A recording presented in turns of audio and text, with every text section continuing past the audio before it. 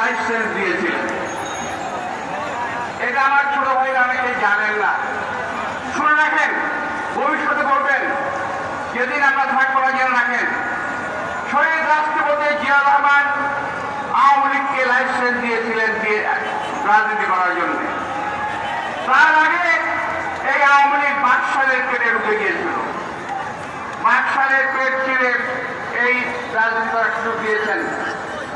দেশনেত্রী বেগম খালেদা জিয়া বিরোধী দলের দাবি অনুযায়ী আন্দোলনের কারণে এইভাবে নৃশংস কথাবার্তা না বলে দাবি মেনে নিয়েছিলেন।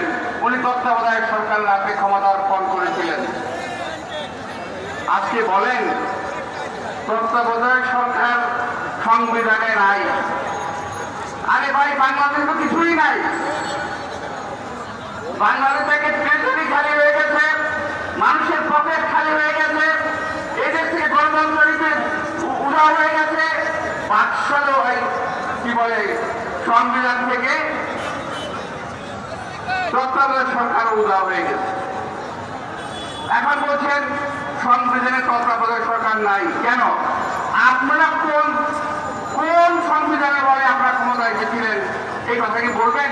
1996 সালে আপনার তত্ত্বাবধায়ক সরকার অধীনে নির্বাচনে এলেন, আর একটা কুলাঙ্গারের কথা মতো আমরা কেটে কুটে এই সংবিধানকে অপারেশন করে পোস্টমর্টেম করে নিজের মতো করে সাজিয়ে নিয়েছেন, এমন যেন হয় সারা জীবন আওয়ামী লীগের ক্ষমতায় থাকবে।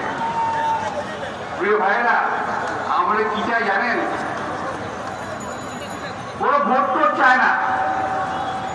প্রধানমন্ত্রী আগেই বলেছেন, আমি সারা জীবন ক্ষমতা থাকতে চাই, ম্যান্ডেট চাই, একচ্ছত্রভাবে ক্ষমতা ভোগ করতে চাই। উনি আগেই বলেছেন। উনি সেদিন বললেন খালেদা জিয়াকে ক্যান্টনমেন্ট থেকে তো আমিই বের করেছি। তাহলে কোর্টের রায়, এটা কি হলো? কোর্ট কি রায় দিল? রাজনৈতিক খালেদাকে ক্যান্টনমেন্ট থেকে বের করতে হলো।